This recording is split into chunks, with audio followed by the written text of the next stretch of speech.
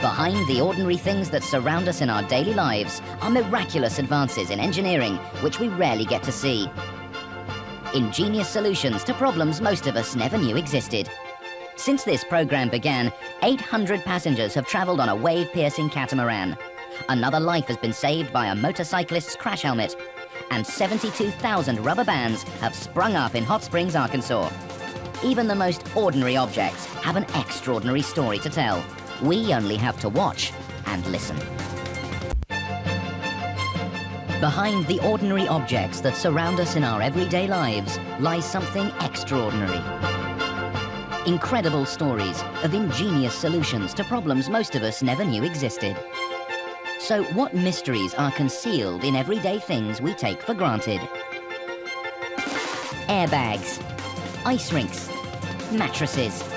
Behind the ordinary is the extraordinary. Now revealed as we go behind the scenes, inside the machines to find out how do they do it.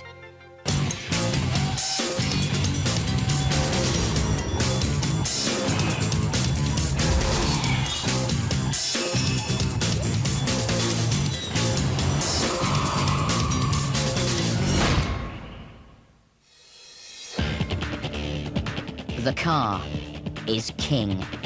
In the last 30 years, the number of cars on the road has trebled, and more cars means more accidents. 20 million people around the world are injured in road accidents every year, and over 1 million people are killed. That's equivalent to the entire population of Barcelona. But amazingly, although the number of accidents is going up, the number of deaths is actually going down. In the past 30 years, they've reduced by half, thanks in large part to one ingenious device, the airbag. The idea of an airbag seems simple enough, but in fact it's an incredibly sophisticated mechanism. From the moment of collision, the airbag has only 50,000ths of a second to inflate and stop the driver being hurled through the windscreen. That's a quarter of the time it takes for a hummingbird's wing to beat once. But that's not all. If it doesn't then deflate within just 0.2 of a second, the airbag itself might kill the driver. So how do you get an airbag to inflate at supersonic speed? How do you prevent a solid airbag from killing the person it's supposed to protect? And how do they know when to go off? How do they do it? Vårgårda in western Sweden is the home of Autoliv, the world's leader in airbag technology and production. It makes airbags for almost every car on the international market, 3.5 million of them each year. But the designers and manufacturers aren't the only heroes at Autoliv. Hidden away is a team of specialists without whose sacrifice airbag development would be impossible. Deep in the heart of the building, a dedicated band of operatives do their job without any thought for their own personal safety. Without moaning, this lot will take everything thrown at them. Ouch. It's a pity to treat them so roughly because these dummies are themselves massively complicated machines costing a staggering $180,000 each. These things are like cyborgs. Inside them is a complex metabolism which mimics all the key functions and characteristics of the human body: skeleton, organs, nerves, even veins and arteries.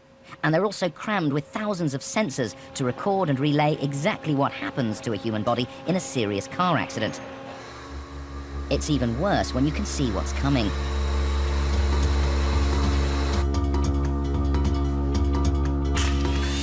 Oh! Thanks to these dummies, Autoliv have designed a range of rapid inflation airbags that have reduced fatalities amongst seatbelt wearers by 25%. But how do these bags inflate at such terrific speed? The secret is to have a bomb in your car, more specifically, in your steering wheel. Airbags are essentially a combination of sensor, ignition system, explosive device, and nylon balloon. The bomb really is a bomb. The blast is achieved by a controlled ignition of high explosives which are packed in the form of pellets, and the force of the blast pushes air into the balloon at incredible speed. Different vehicles demand different airbags, and their design is improving all the time. For each new design, a 3D virtual model is produced, and from this, a prototype is created. The nylon balloon is made by a combination of precision laser cutting and machine stitching.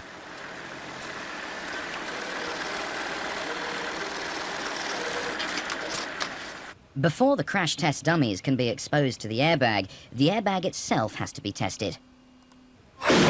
A steel weight is driven into the steering wheel to ensure the bag can repel the force of the average body at over 40 kilometers per hour. Once the test is completed, any faults are modified by design technicians. Lives depend on the design of these airbags, so every aspect is examined again and again and again. The problem they found here is that the airbag doesn't deflate quickly enough. In a crash, such a simple design fault could cause a driver's neck to snap like a dried-out breadstick. So a solution is found. Okay, my proposal is that we increase the size of the ventilation holes by, I think, like 30%. What do you think about that? Yeah, sounds good. After modifications have been made, it's back to the stitching room to create the new design. Once this is complete, it's time for the final test to take place. At last, the crash test dummies are allowed out to play. But this is no Sunday afternoon drive in the country, as they're about to find out. They're lowered into position, and their sensors are checked. Autoliv makes $320 million worth of airbags every year, and they can't afford for one to go wrong. In theory, this new design works, but will the airbag save a life in practice? It's a critical moment, and it's over in the blink of an eye. 3, 2, 1, 0. Success. Our Terminator friend lives to fight another day, and the airbag moves on to the next stage of development. It's vital that the airbag doesn't go off randomly, or when a frustrated driver punches the steering wheel.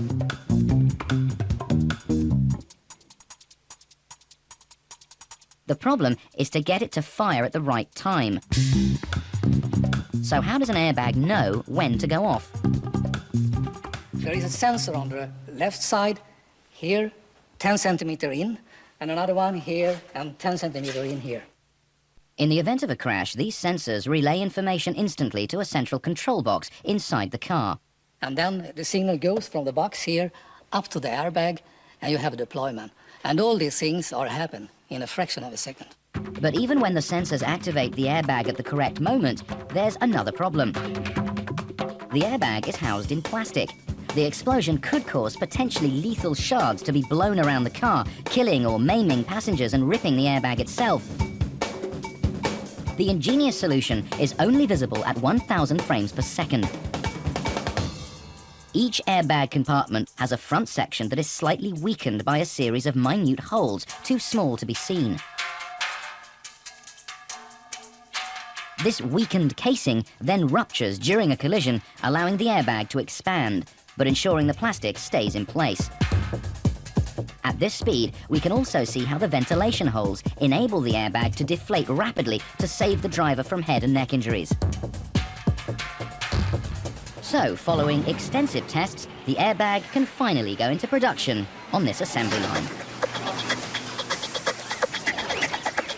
The finished airbags have the explosive device added. This is then bolted into place.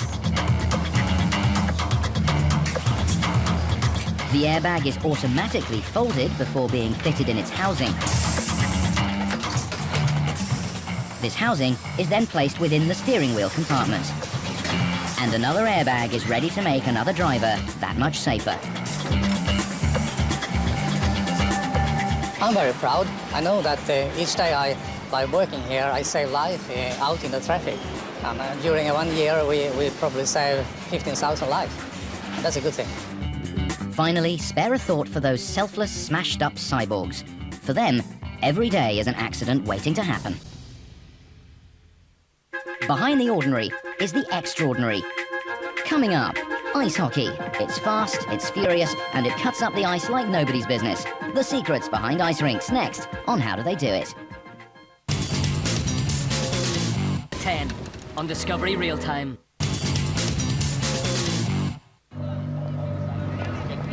It's one of the fastest games in the world. It's also one of the world's most popular spectator sports. In some places, it's a national obsession. It's ice hockey.